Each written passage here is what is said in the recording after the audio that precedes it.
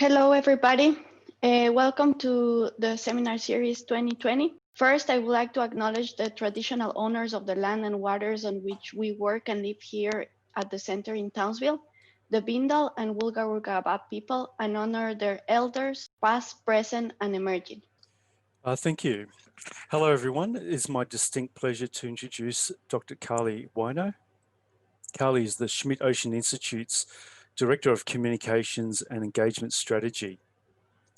All science team members who get involved with the Schmidt Ocean Institute's research vessel Falkor will get to know Carlie and her outreach team very well, because one of the 5 strategic focus areas of the SOI is Communications, Education and Outreach Program. So this program aims to tell the story about every science project and voyage supported by the SOI. That means a continuous online presence through social media and resources for virtual visitors. It may also include dedicated media correspondence on board, along with students, teacher, educator participation with voyages. So typically engagement with Carlie and her outreach team starts early in the voyage planning with a dedicated cruise page set up on schmidtocean.org. Any blogs contributed by science team members are sequentially added to the cruise page and then promoted by Carlie and her team. The cruise page is something that continues to grow and that we all become very proud of. Short customized videos are developed to highlight aspects of the voyage with weekly updates, sometimes with clever graphics to illustrate difficult concepts. Major discoveries generate their own media release, for example being the 500-meter tall reef we discovered on the last Falkor voyage, which resulted in intense media interest around the world. This year, Carlie's team helped the Western Australian Museum win the Chevron Science Engagement Initiative of the Year Award for the 2020 WA Premier's Science Awards. And this was for deep diving in the Ningaloo Canyons expedition in April, prior to the COVID crisis. Since then, I've been involved with 3 Falkor expeditions to the Great Barrier Reef and Coral Sea, including one conducted entirely remotely by the science team stuck on shore due to COVID. The outreach support showed by Carlie and her team, who themselves are spread around the globe, dealing with their own restrictions and time zone differences, has been outstanding. For each voyage, Carlie has demonstrated the high bar that science communication must aim for. Ladies and gentlemen, I present Dr. Carlie Wiener. Over to you, Carlie. Thank you, Dr. Beeman. And I'd like to start by saying I am absolutely delighted and honored to be here to share a little bit more about what Schmidt Ocean Institute has been doing in Australia this year. It has been quite a whirlwind of a year for us, along with others. And it's so special to have you here today, Dr. Beeman, who has really become an honorary member of our outreach team. And you'll learn a little more why today as I give this presentation. In fact, Rob should be the one who is giving a lot of the details today. So what I will be doing is sharing about the science that we've accomplished with our research vessel Falkor. But this is not the science that I've done personally.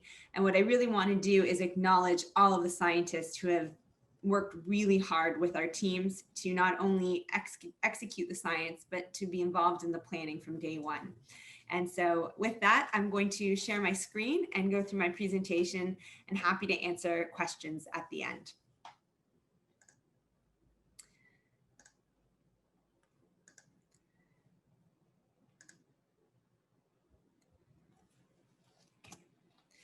So since 2009, Schmidt Ocean Institute has really focused on leadership and international collaboration using our research ship, laboratories, robotic tools, and high-performance computing systems to conduct cutting-edge science and technology development. All of our data that is collected, we aim to make publicly available through sharing our research with the public, as well as the science and management community. Research vessel Falkor has been working year-round since 2013, although our organization was founded by Eric and Wendy Schmidt in 2009. SOI, or Schmidt Ocean Institute, was one of the first philanthropic groups with a dedicated research vessel year-round going around the world. We have sailed a distance of about 10 times around the Earth, bringing 939 scientists from more than 30 countries, as well as 297 students aboard our ship. The backdrop of legends, movies, and superstitions, the deep sea has always been unfathomable because we had no idea what, if anything, existed there. Light is minimal, decreases with depth, leaving a cold, pressure-filled environment, as most of you know. Once thought to be barren of life, thanks to technological advancement, we now know this couldn't be further from the truth. With every expedition that we've conducted, it seems that something new is discovered and we gain a greater understanding of the planet's intertwined systems. Since 2009, we've been working towards better understanding these vast and mysterious systems, facilitating research with our research vessel, Falkor. From trenches, canyons, seamounts, and hydrothermal vents, we have helped to illuminate some of the deepest, darkest depths and have begun to paint a picture of what our ocean looks like. In less than a decade, Schmidt Ocean Institute and its important science collaborators have made a multitude of discoveries, including new species, geologic features, and have mapped more than 1.1 million square kilometers of seafloor. In this time, we have discovered hydrothermal vent fields, upside down lakes, and the world's deepest fish. The data collected has contributed to a better understanding of remote and deep sea biodiversity, offering insight into how these systems and nearby aquatic regions can help to inform some of our resource managers. These insights are made with new technologies, including our 4,500 meter ROV SuBastian, which I'll talk a little bit more today in my presentation. Soft robotic fingers dedicated to pick up delicate samples, sifters to find meteorite fragments, and 3D scanning and reconstruction instruments to image translucent animals are some of the new technologies that we have tested to better explore these systems. Some of SOI's most exciting discoveries have taken place in this past year in Australian waters. Surrounded by 3 oceans and multiple seas, the continent's deep sea ecosystems vary greatly and have largely gone unexplored in the deeper depths. Schmidt Ocean Institute has been proud to partner with Australian scientists exploring and capturing imagery of deep sea submarine canyons and coral ecosystems. The exploration-based research taking place on Falkor is informed by the science. So the goal is to better understand what marine resources are present and how they are connected to other ocean systems. Documenting biodiversity and fossil records is critically important for understanding deep sea environments and how they're managed. Our underwater robot, ROV SuBastian, helps with sampling, some of the most exact approach for deep sea sampling that is allowed. It provides a wide variety of information using highly targeted sampling techniques with minimal extraction or bycatch.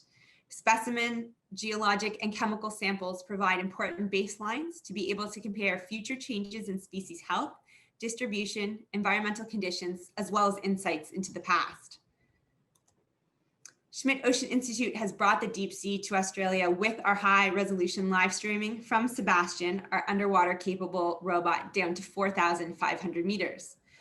While there's been no dedicated full-time science ROV in Australia, our SuBastian has been working very hard this year to allow for unprecedented characterization of the seafloor and some of these ecosystems. The dives that we do while at sea are live streamed and shared in perpetuity on our YouTube page, so the public can not only see what we find, but experience the excitement, emotion, and reactions of the scientists when we find it. Dr. Beeman is a perfect example of this, and I'll share some videos that really capture the excitement and passion that he has demonstrated this year.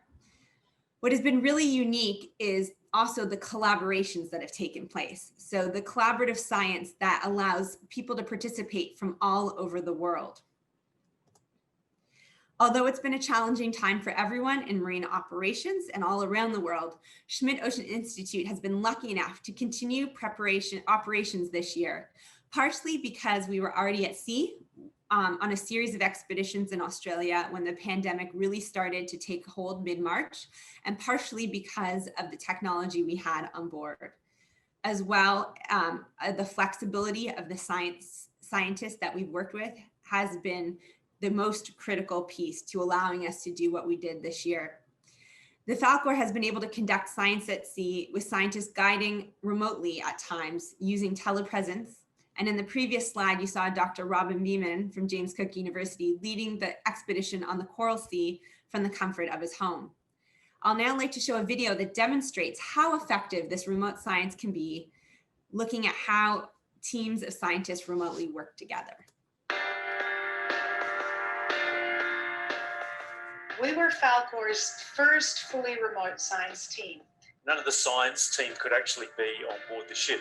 This came about sort of in an interesting way because of COVID-19. We had to figure out how to be able to communicate with the ship regularly. But what really surprised me was that actually turned into a real advantage, the fact that so many scientists around the world were in lockdown.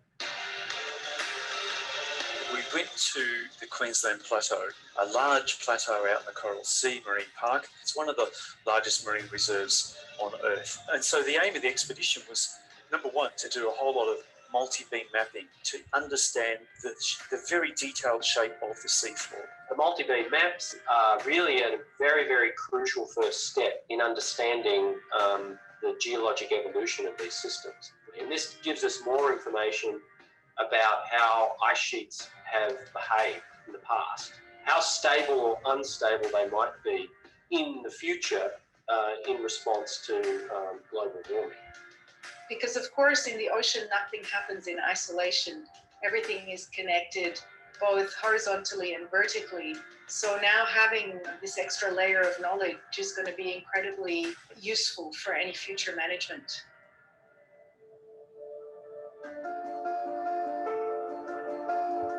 Remote sensing technologies like multi-beam sonar, that's great in itself, but it's another thing to actually put a camera there, and especially something as good as the SuBastian, where I do feel like I'm there on the seafloor.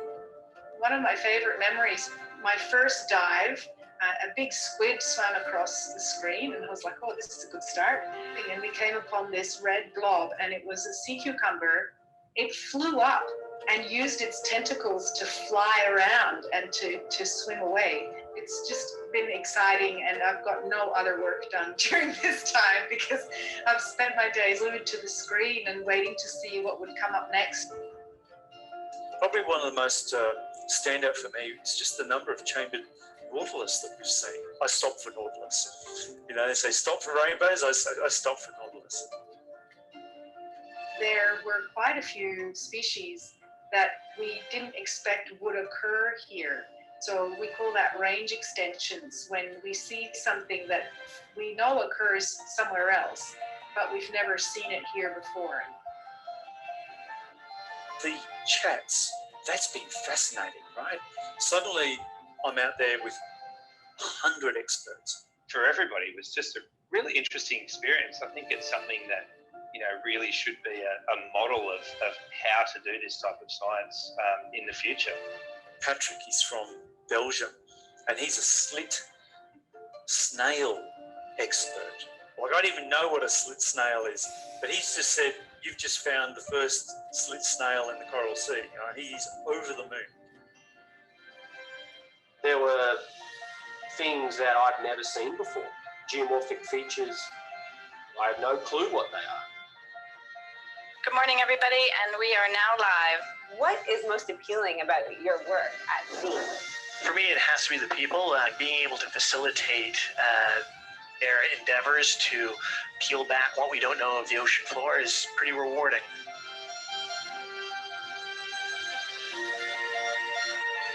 Everything in the world that's alive basically forms a tapestry that ultimately holds us. And I think it's important to think about that, because every time you lose something, you lose a thread out of the tapestry that ultimately supports us humans. The research vessel Falkor was one of the few research ships in the world that were able to operate through this crisis. And I think the Schmidt Ocean Institute have set a very, very high bar. This is the bar we need to work towards in the future. I guess the big message there is that the science must continue.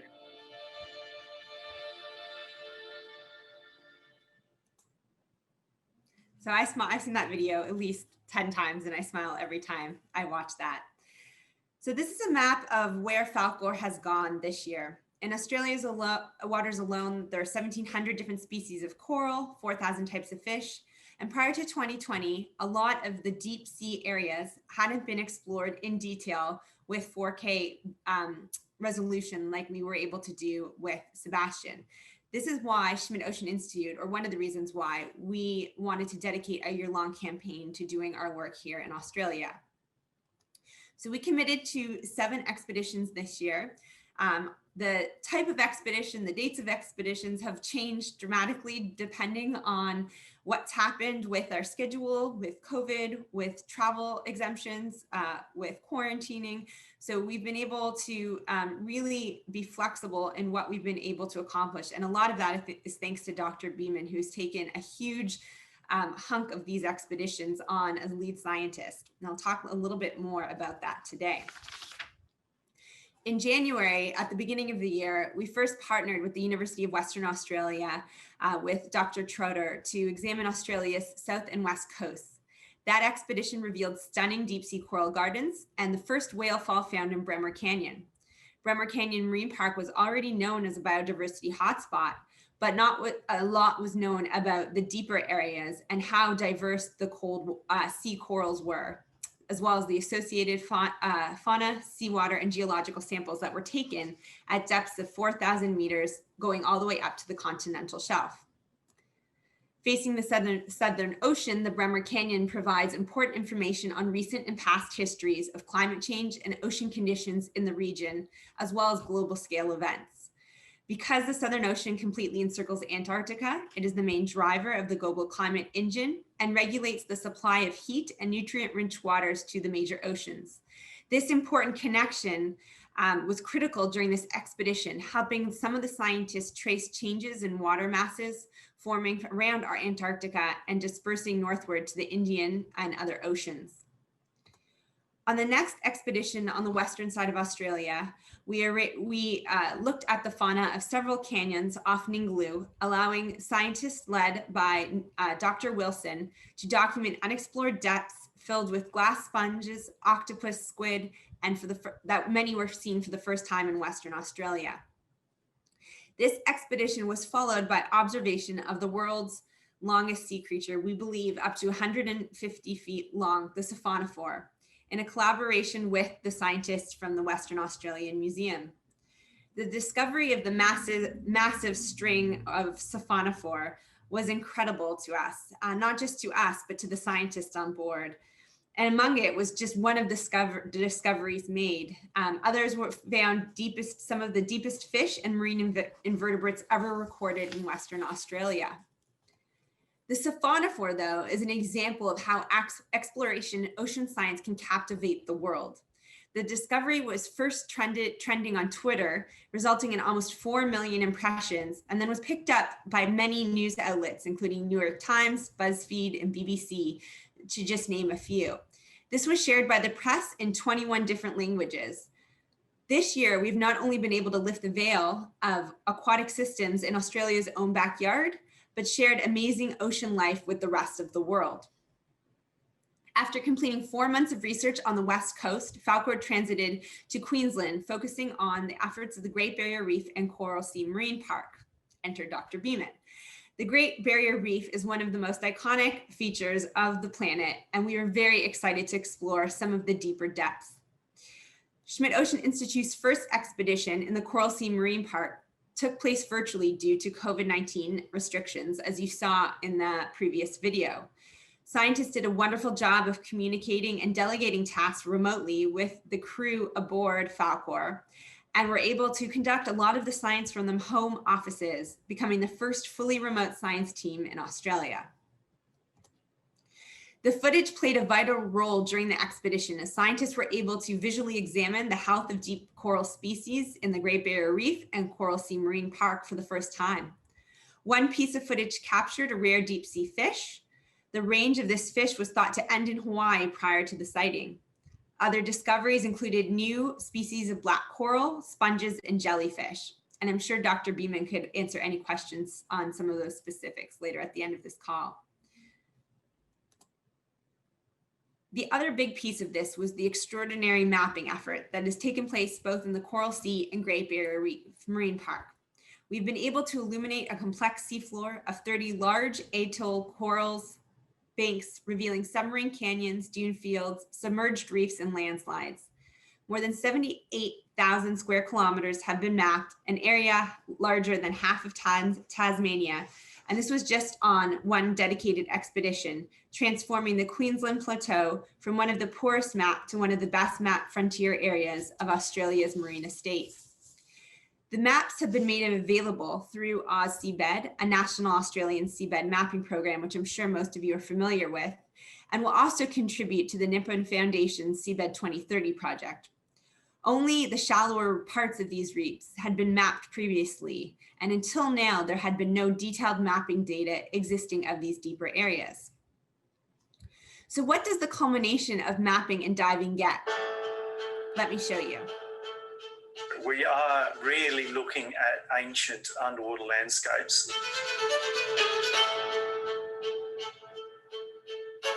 To understand the modern Great Barrier Reef, you have to actually look into the past and look at these ancient landscapes, because this is the base upon which the Great Barrier Reef has grown. And nobody knew that this was here. This is the first time that we're seeing bathymetry images of the seafloor here in this region, and then the ROV video to go with it so we can see what it actually looks like down there.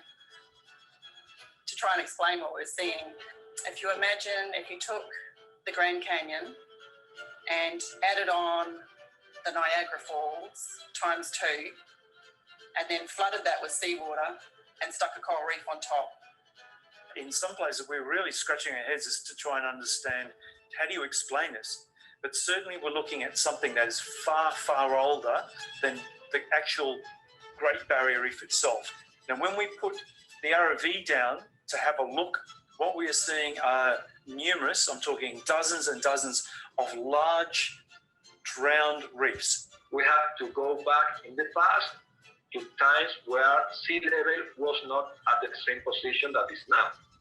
We have reefs growing at sea level, very close to sea level, but the sea level rise, and they finally get drowned. One thing that we see when a reef is drowned is the sequence of organisms that are living on that reef. It starts with shallow water coral species. If sea level rises a bit, that coral species are substituted by a bit deeper coral species. If sea level continues to rise, the biology change. We can more or less estimate the speed of the sea level change in the past. So we can compare if those sea level changes occur at the same speed that they are occurring now. So we can say if it's a natural process or it's an anthropogenic induced process. But living on and amongst all of this deep landscape are really quite amazing animals. The deeper we go, the weirder it gets. Almost everything we see is a new observation that's never been seen in this region before, or even a new species, an undescribed species, or even a genus. For me, it's very interesting to see how the community changes as the geology changes. So the geology dictates what type of habitat it is, and therefore what type of community will colonise. Well, we try to understand, because it helps us understand the Great Barrier Reef itself. They are intimately joined. The shape of that ancient underwater landscape is related directly to how the Great Barrier Reef grows on it.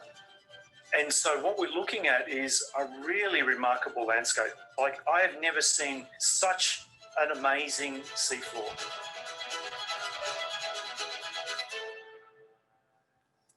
So both Dr. Beeman and Marty McNeil have sailed on several expeditions with us, and I think they say it best. So it's important to hear their voice about some of these discoveries. Well, I thought we had accomplished a lot by that point and was ready. Okay, we've had a full year. Consider all things considered, we can call it quits. But then just last month, the largest discovery happened on October 20th. A scientists were mapping the detached reef on the Great Barrier Reef, off the Great Barrier Reef. Huge surprise for our team ashore. The hard work of the scientists and the crew aboard knew that they would find something amazing based on months of planning, systematic mapping, and details discussed. Again, Dr. Beeman, who's been a hero in revisiting these regions, revealed a never before seen 500-meter tall reef, the first of its kind to be discovered in over 120 years. The 500-meter height makes it taller than the Empire State Building, the Eiffel Tower, Auckland Sky Tower, and which is the tallest structure in the Southern Hemisphere. The new reef was missed during lead-line bathymetric mapping expeditions in the 1800s, which were some of the most comprehensive seafloor maps of the detached reefs in that region until this year. LiDAR data did not capture the reef either, likely because it sits 40 meters below the surface and has a very narrow top. Discoveries as grand as this one emphasize the necessity of multi-beam mapping to create high-definition maps of the seafloor. The science party on board Falkor at the time were the ones to make the discovery, and the team subsequently conducted a robotic dive with ROV SuBastian on the new reef, determining that the base was an ancient reef, possibly 20 million years old. At the top, a thriving ecosystem showing schools of sharks and fish, soft corals and sponges. The news about this received international attention and is still collecting press to this day. We have seen more than 583 stories in more than 27 countries share about this discovery. That same week, on the last dive of the year, ROV SuBastian documented the first ever sighting of the Ramshorn squid. This was particularly interesting as it is rare to see the squid alive. This also created a huge press fallout, and on the heels of the reef discovery, we were able to gather even more press interest about this unique squid. This species generally maintains the vertical position that we filmed, as you see here, and has been making its way around the world in the press. Now, I'm sure you're wondering why I'm showing you some of these videos, which have some pretty basic concepts in them about this coral biology, which a lot of you on this call are experts in. And the reason why I'm doing this is to show you how we present the science to the public. Until recently, the deep ocean has been inaccessible to the public. With the increase of technology, though, we are able to bring the sea to audiences that have never even imagined it before. As you see in the incredible videos that we've shared today, you can walk to the deepest depths without having to leave your living room. Ocean science is now available for public engagement, bringing in data visualization, technology, and the arts. These mechanisms enable broader understanding of the ocean and build an informed appreciation of the deep sea.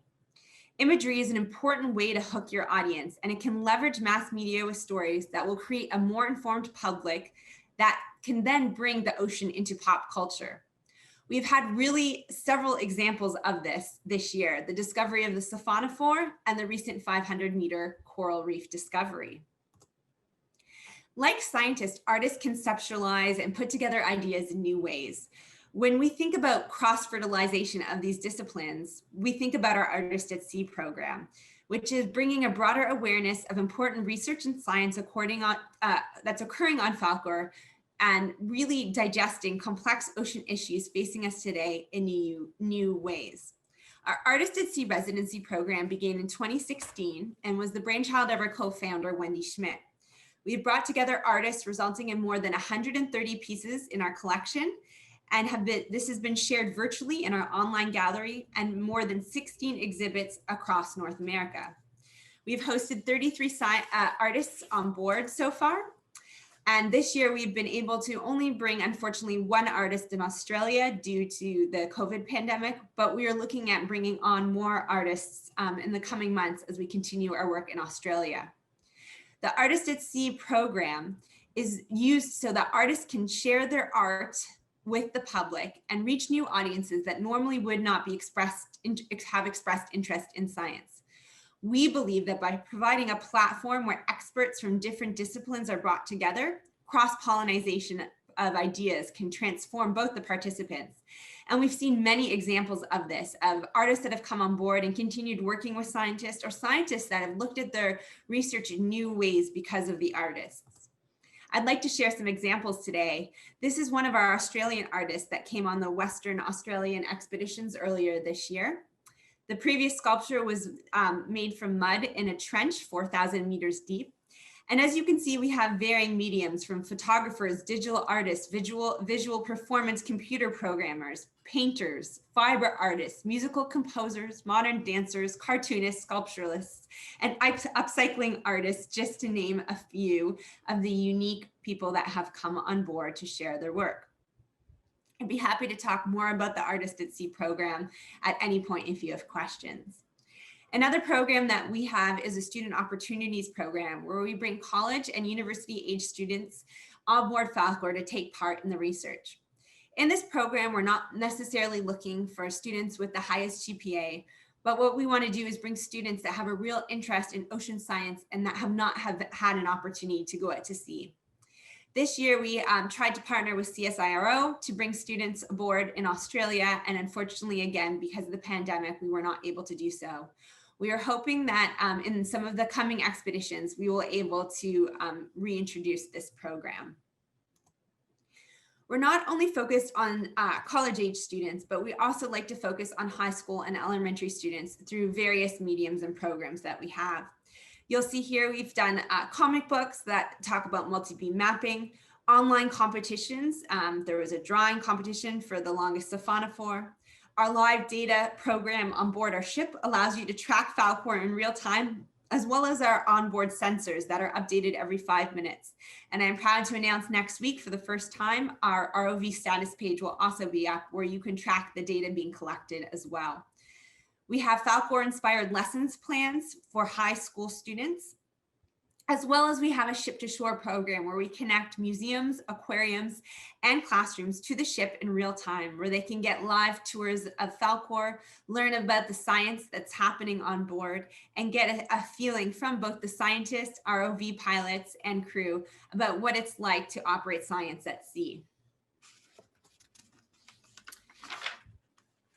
The ocean can appeal to many ethnicities, genders, ages, and faiths, and with an emotional connection and wonder to the deep sea, we can address all of these ways of thinking. With that in mind, Falkor has tried to really expand its program, creating diversity, as reaching out to many different audiences, especially some of those underrepresented in the sciences.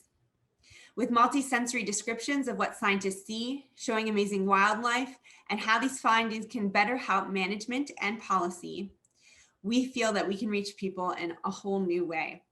I would like to share 2 more video examples from very small to the very grand to illustrate this point and to show really the scale at which we approach things.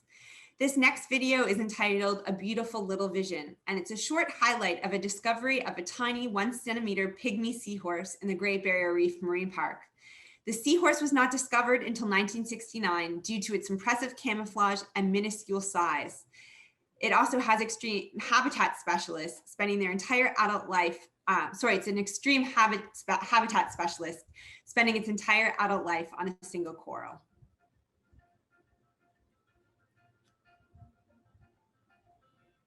Yesterday, we knew we were in the right kind of neighbourhood for finding pygmy seahorses, and the ROV pilots knew that as well. And they just very carefully took us around these enormous corals. And then suddenly J-Rod, one of the ROV pilots, spotted it. It was tiny and completely camouflaged, and it took the rest of us a little while to spot it as well. Yeah, something's Wait working. a second, we got a pygmy seahorse. Yeah, yep, definitely.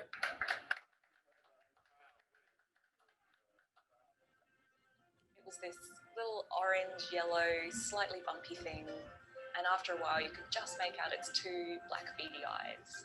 When we repositioned to get a better look, you could really see how it was attached to the coral and hanging on there and moving with the currents at that depth. We're gonna try to catch its face. Here we go. Here we go. Oh, yeah. Oh, perfect. Well done.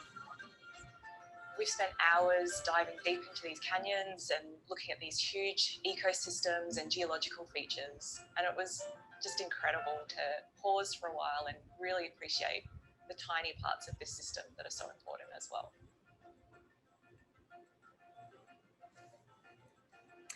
Now, contrasting with that very amazing, incredible finding, we can also go from the very small to the very grand, looking at these extremes. I'd like to show one last example that showcases a personal connection as well and a story of the scientists.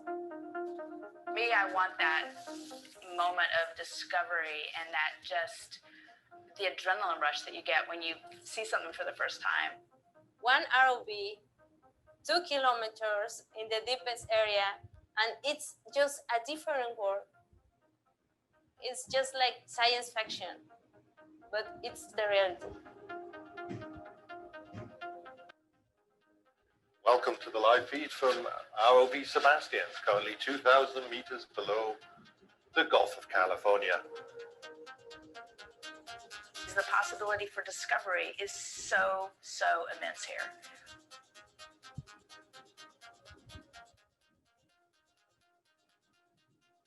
Okay, this is even trippier. Can you go down a little bit and get a better look up? Big old back. Holy cow. What?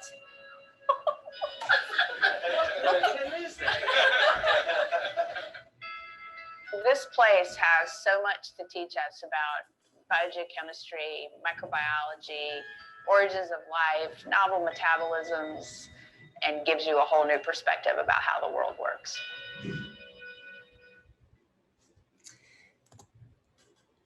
So, in conclusion, the results from Schmidt Ocean Institute's Australia expeditions will be able to be used in future management decisions of Australia's vast marine estate. It will be used to engage public audiences, not just in Australia, but around the world. The quality of data and the quantity of data has opened up a new realm of possibility for the deep sea research and for the scientists that have participated answering questions for years to come. All the expeditions completed to date demonstrate the necessity of interdisciplinary and collaborative research that brings in multiple disciplines and people from all around the world. The numerous institutions and partnering have each played a vital role in these discoveries.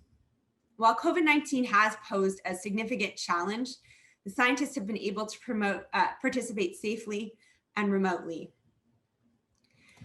Technological innovation and public participation through open sharing of data has proven really important to the research that we do and to the discovery. While deep sea exploration comes with its fair share of challenges, there are still many more breakthroughs and discoveries to be made. And in fact, with the next few expeditions, I expect a few more will happen. Every dive we do, every expedition we go on, we learn more, understand more, and can do more to protect and sustain our oceans. As we enter the UN Decade of Ocean Sciences, this offers a platform for us to not only engage with the ocean surface, but make deeper connections and broader understanding to the public as a whole. Let's focus more on how we can tell better stories about the science that's taking place and engage with diverse group experiences in ocean exploration. And so with that, I'll stop now and I'd be happy to take any questions.